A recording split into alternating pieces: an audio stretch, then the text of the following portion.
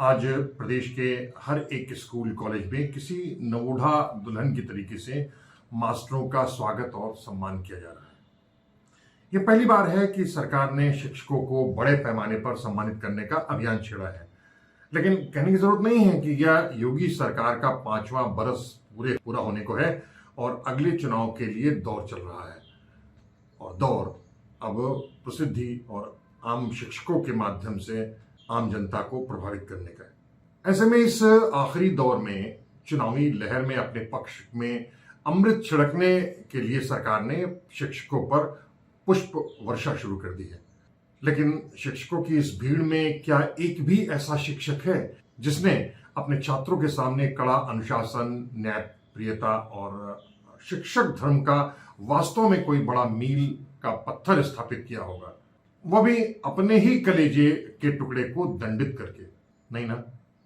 लेकिन प्रदेश के इन लाखों शिक्षकों में से एक शिक्षक भी हुआ है जिसने अपने कॉलेज में एक ऐसी नजीर लागू कर दी जिसको सुनकर लोग आज भी अपने दांतों के तले उंगलियां दबा देते हैं, ईमानदारी की कसमें खाते हैं, कॉलेज के सामने गुजरते समय पूरे सम्मान के साथ अपना सर झुकाते हैं और बताते हैं कि शिक्षक ऐसे थे। जी हाँ, फैजाबाद के इस कॉलेज के प्रधानाचार्य ने अपने कॉलेज की नौकरी, प्रधानाचार्य की कुर्सी और अपने परिवार के विरोधों को जूतों की नोक पर रखते हुए अपनी ही बेटी को 2 बरस के लिए स्कूल से रिस्ट्रिकेट कर दिया था।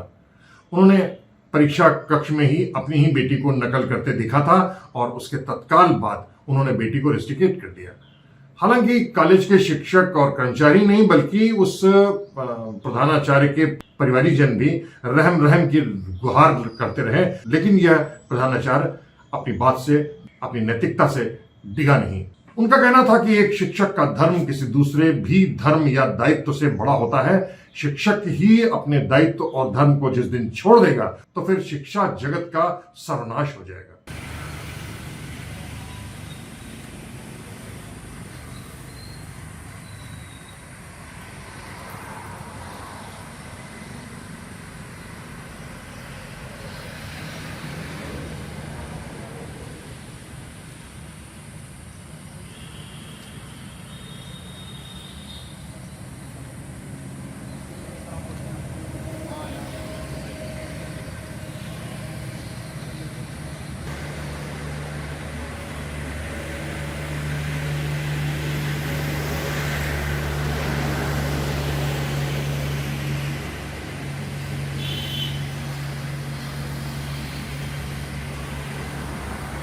तो इस पंडित जवाहरलाल नेहरू स्मारक इंटरमीडिएट कॉलेज खजुराहट फैजाबाद के पढ़े हुए हैं GL यादव, यानी गिरधारी लाल यादव।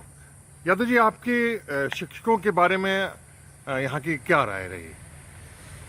भाई साहब, मैंने 1984 में 1980 से 84 तक यहाँ अध्ययन किया था। उस समय यहाँ के प्रधानाचार्य थे स्वर्गीय इंद्र प्रताप सिंह जी, और जिनके बारे में संक्षेप में मैं ये कहूँ कि उनसे ज़्यादा अनुशासन प्रिय और ईमानदार व्यक्ति मैंने अपने जीवन में नहीं देखा।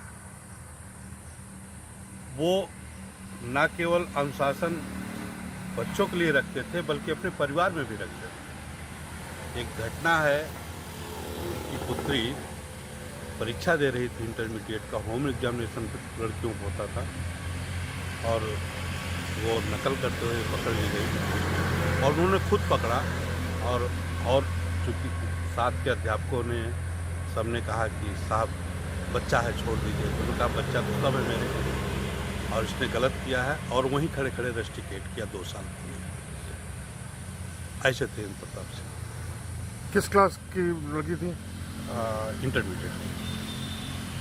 और उस समय हम जहाँ मैं आज इस समय खड़ा हूँ, इस गेट पर, यहाँ एक जब कोई हमारे यहाँ कोएड था, कोई बच्चा अगर बदमाशी करता था किसी लड़की के साथ में, कोई कमेंट कर देता था, कोई बदमाशी करता था, तो यहीं पर इस जगह पर एक स्टूल के ऊपर उसको खड़ा कर दिया जाता था, यहीं पर। और उसके बाद उससे और एक चपरासी खड़ा होता था। वो कहता था कि लोग पूछते थे उससे कि भाई ये क्यों खड़ा है, ऐसा क्यों हुआ है। तो वो यहाँ पर वो चपरासी बताता था कि किसने क्या अपराध किया। हम लोगों के नाखून और बाल प्रेयर में चेक होते थे। 1800 बच्चे थे जिनके सामने से रोज प्रिंसिपल साहब गुजरते थे और जिसको देखते थे कि उसके बाल बढ़े हुए हैं, उसके कपड़े नहीं ठीक है, उसके नाखून बढ़े हुए हैं, वहीं पर उसको डांटते थे, सजा देते थे। ऐसे वक्त में जब हम अपनी संतान और अपनी खासकर अपनी बेटियों की कमियों को छुपाने का अपराध बुनते हैं, इन प्रधानाचार्य ने अपनी ही बेटी पर इतना बड़ा कदम उठाने में कलेजे पर कितना बड़ा पत्थर रख दिया होगा, इसकी कल्पना तक नहीं की जा सकती है। लेकिन आज के शिक्षकों से दुलत्ती का सवाल है कि उनमें से कितने शिक्षकों में आज इतना बड़ा मादा है कि वो इतना बड़ा फैसला कर सके। है किसी पर इतना कलेजा? तो फिर अगली बार फिर किसी दूसरे मसले पर, किसी दूसरे स्थान पर और किन्हीं दूसरे व्यक्तियों के साथ हम फिर हाजिर होंगे। तब तक दुलत्ती के लिए कुमार सोहिल को इजाजत दीजिए। आपसे गुजारिश है कि अगर आपको हमारे चैनल पसंद है तो यूट्यूब पर उसे सब्सक्राइब कीजिए, घंटी बजाइए, सोशल मीडिया में ज्यादा से ज्यादा शेयर कीजिए ताकि लोगों को पता चल सके कि दुलत्ती ऐसे लगाइए।